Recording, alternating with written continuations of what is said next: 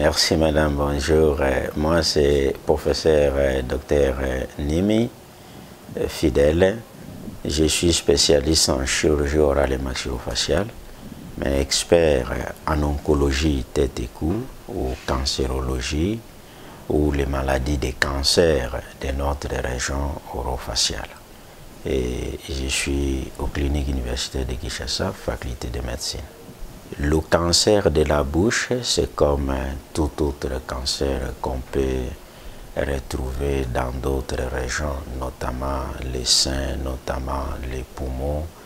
Donc c'est une prolifération d'un tissu qui est anormale. Ça signifie que cette prolifération exagère au lieu que les cellules subissent leur mitose normale, mais la mitose devient anormale. Donc nous avons l'exagération d'un tissu qui est né, qui est proliféré et qui entraîne alors une masse beaucoup plus visible au niveau d'une région et nous appelons cela cancer.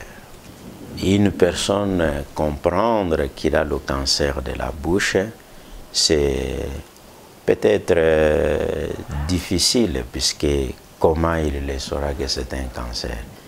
Mais par contre, lui va sentir certaines manifestations. Vous avez soit qu'il voit une tuméfaction qui a exagéré au niveau de sa cavité buccale, ou soit qu'il y a un peu de sang qui sort de la cavité buccale, ou pendant qu'il brosse, il sent qu'il y a le sang. Et ce sang-là, ça saigne. Et ça ne s'arrête pas dans 2 ou 3 jours et ça devient un peu continuel. Ou alors que quand il mange ou quand elle mange, elle sent qu'il y a sensation d'accrochage des aliments au niveau de la cavité buccale. Et là, généralement, ils partent chez le chirurgien dentiste pour voir de quoi il s'agit. Alors, c'est à ce stade-là que le chirurgien dentiste peut soit dire qu'il s'agit d'une lésion tumorale, auquel cette lésion-là tumorale, il faut faire des analyses pour savoir s'il s'agit d'une tumeur bénigne ou alors il s'agit d'une tumeur maligne que nous appelons le cancer. Mais le cancer de la bouche est manifesté au niveau de la cavité buccale et les parties annexes. Quand nous disons la cavité buccale, donc c'est ma bouche et les parties annexes, donc vous avez les glandes salivaires, les parotides, les glandes sous-maxillaires, et vous avez le mâchoire, vous avez au niveau cervical. Donc toutes ces parties-là font partie intégrante dans la grande association que nous appelons le cancer des voies aérodigestives supérieures. Donc le cancer de la bouche fait partie de cette agglomération. Il faut dire, madame, que j'ai dit à la population qui me suivent que le cancer de la bouche existe. Il y a beaucoup de cas et d'ailleurs vous voyez les images qui sont en train d'être passées de tous les différents cas. Et la population doit faire un check-up régulier, c'est-à-dire un examen de routine chez le chirurgien dentiste dans les cabinets dentaires. Donc, c'est 2 fois par an. Et pourquoi cet examen-là? C'est pour détecter tôt. C'est-à-dire, quand c'est au début, stade 1, alors il y a beaucoup de probabilités que nous puissions obtenir de bons pronostics ou de bons résultats. Mais quand ils ne consultent pas les médecins dentistes, quand ils sentent quelque chose dans leur bouche, ils viennent souvent trop tard. Vous savez, ils viennent à quel moment?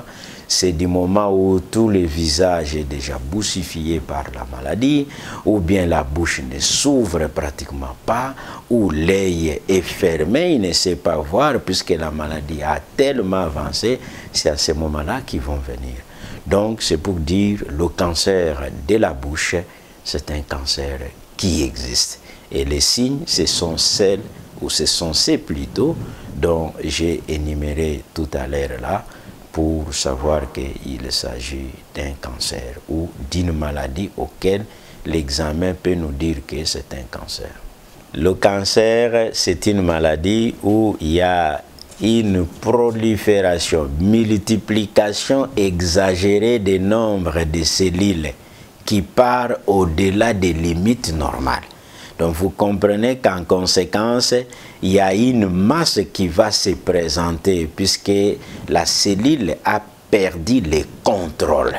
A perdu le contrôle de dire non, je dois mettre au monde des enfants, un enfant. Maintenant, il n'a plus de contrôle. Il met au monde, donc il ne connaît pas combien, non, ça devient maintenant un problème. À ce moment-là, la prise en charge comprend généralement, il y a des volets chirurgicaux, il y a des volets médicamenteux, et pour d'autres, dans certaines régions, il y a des volets hormonaux, mais à l'heure actuelle, nous avons aussi également la thérapeutique ciblée. Donc il y a plusieurs méthodes pour traiter le cancer, mais la chirurgie reste la thérapeutique ou bien la procédé standard de première intention si la masse peut être réséquée convenablement. Merci beaucoup pour cette question. D'ailleurs, il fallait d'abord me demander, mais ces cancers, quelles sont les causes du cancer? Quand vous me dites si l'alcool est l'une des causes, mais ce n'est pas seulement l'alcool. Bien que je vous assure que oui, l'alcool intervient comme cause, mais vous avez comme des facteurs, puisque ce sont des maladies auxquelles vous n'avez pas qu'un seul élément qui est à la base de déclencher cette pathologie, mais ce sont l'association de plusieurs facteurs et auxquels il y a aussi un facteur temps.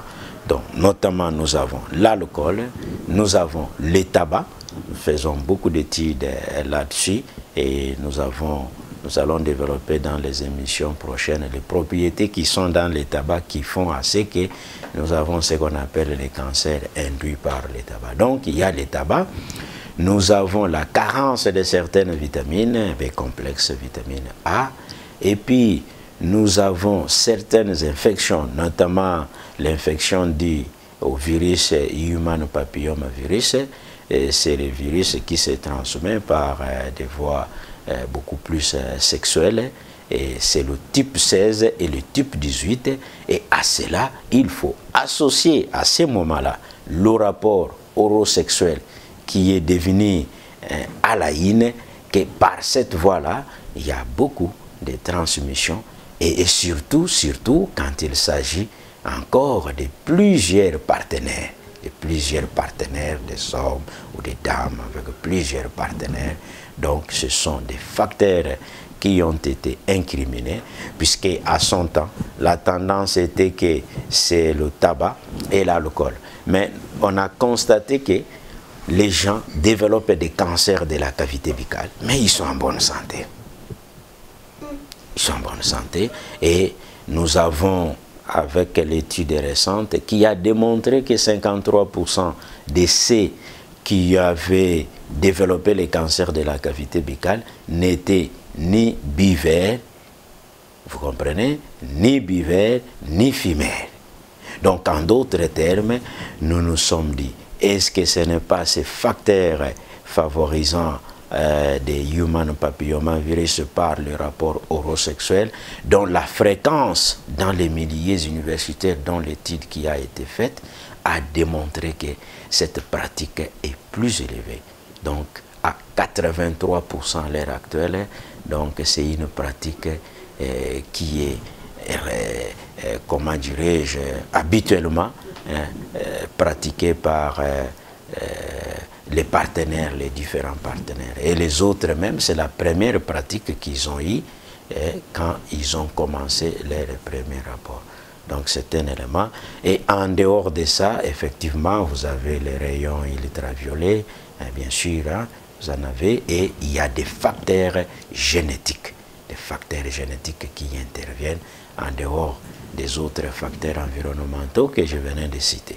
Donc c'est l'ensemble de tous ces facteurs-là qui entraînent le cancer au niveau de la cavité buccale.